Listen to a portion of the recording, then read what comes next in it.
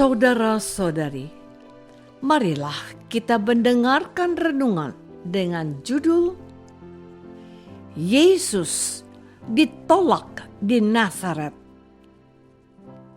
yang berdasarkan pada Injil Lukas bab 4 ayat 24, 29 dan 30. Dan katanya lagi, Aku berkata kepadamu, sesungguhnya tidak ada nabi yang dihargai di tempat asalnya.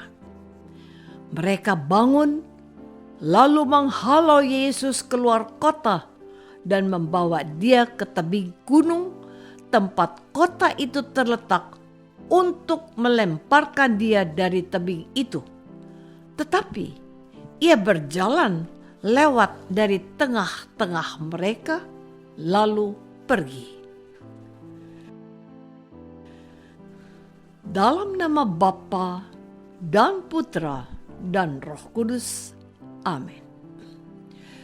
Saudara-saudari terkasih dalam nama Tuhan Yesus Kristus, ketika merenungkan Injil yang diwartakan oleh liturgi gereja hari ini, aku merasa heran dengan penolakan yang dilakukan oleh orang-orang yang menjadi asal Tuhan Yesus, yaitu Nazaret.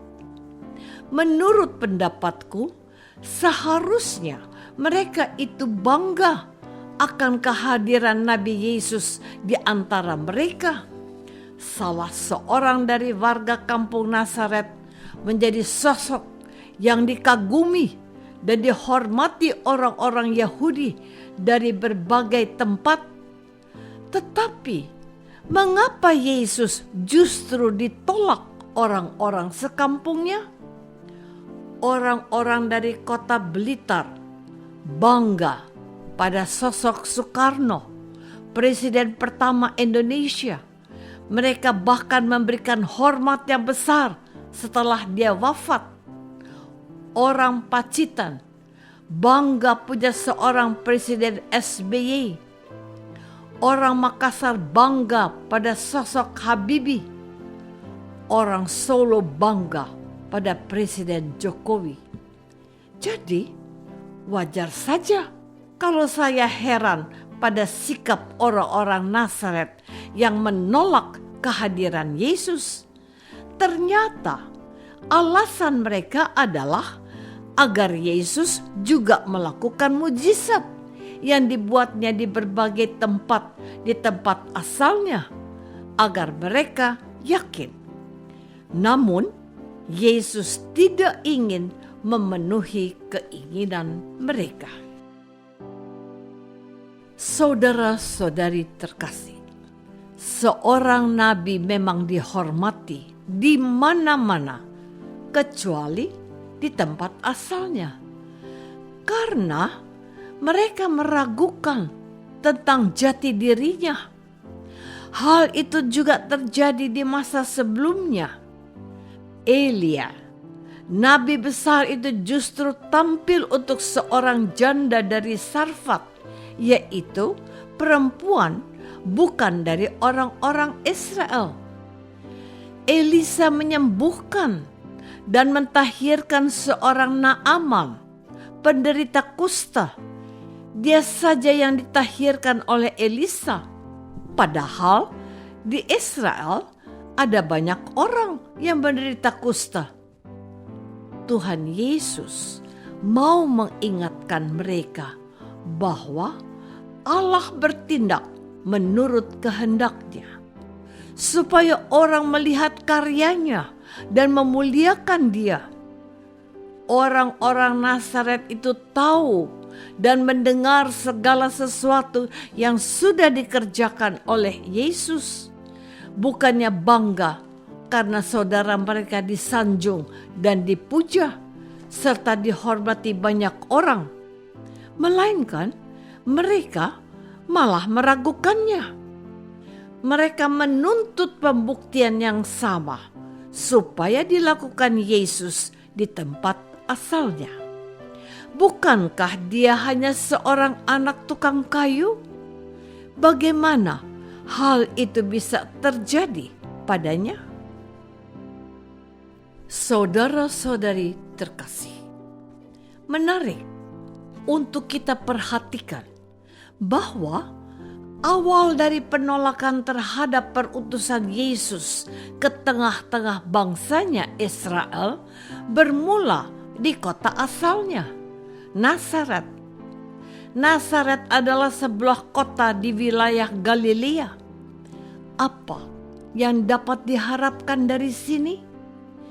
Nathanael, salah seorang muridnya, mengatakan hal itu ketika baru pertama kali dia berjumpa dengan Yesus. Apa mungkin ada nabi dari Galilea? Itulah pokok utama pertanyaan Nathanael. Itulah keraguan yang hidup di benak dan pikiran orang-orang yang hidup di Nazaret, tempat Yesus dibesarkan oleh Yusuf dan Maria. Ketika Tuhan Yesus menyindir ketegaran hati mereka dengan mencontohkan apa yang dilakukan oleh Elia dan Elisa, bukan untuk orang-orang pilihan Yahweh, yaitu bangsa Israel, melainkan kepada orang asing. Mereka marah kepada Yesus. Mereka bangun lalu menghalau Yesus keluar kota dan membawa dia ke tebing gunung, tempat kota itu terletak, untuk melemparkan dia dari tebing itu. Orang-orang sekampungnya terlihat sangat marah. Mereka ingin mencelakai dia, bahkan mau membunuhnya. Tetapi Yesus berjalan lewat dari tengah-tengah mereka, lalu pergi. Hal itu mau mengatakan kepada kita bahwa waktunya belum tiba. Yohanes bab 7 ayat 6.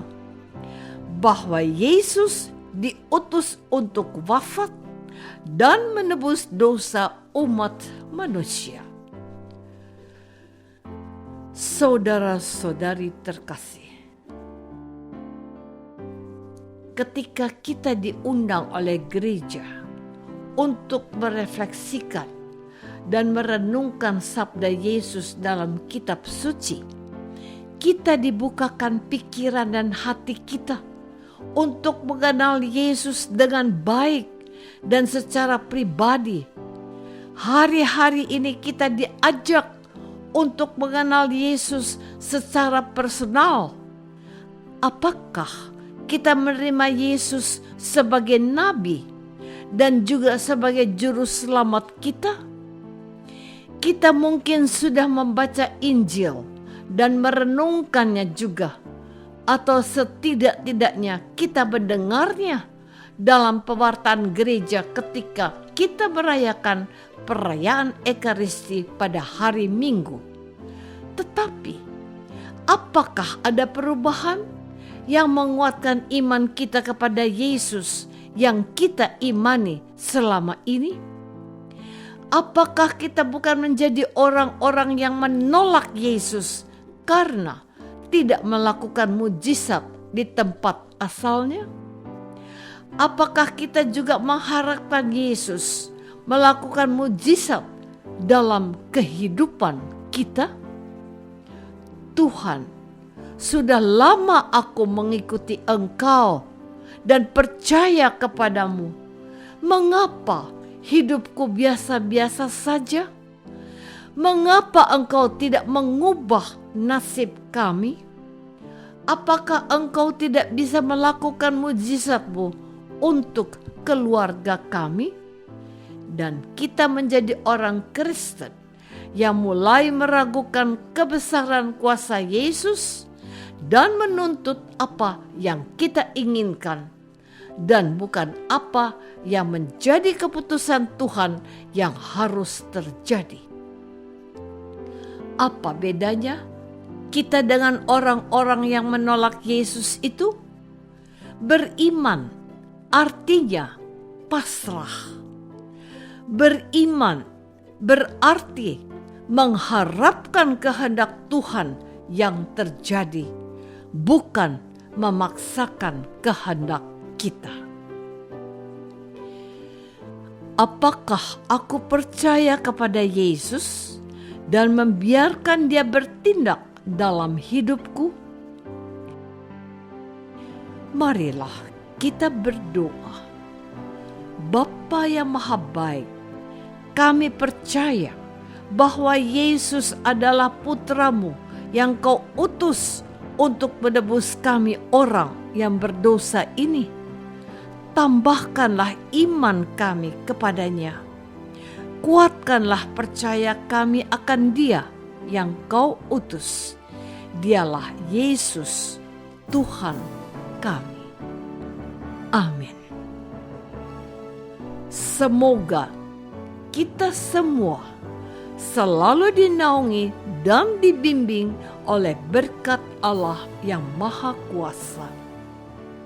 Dalam nama Bapa dan Putra dan Roh Kudus. Amin.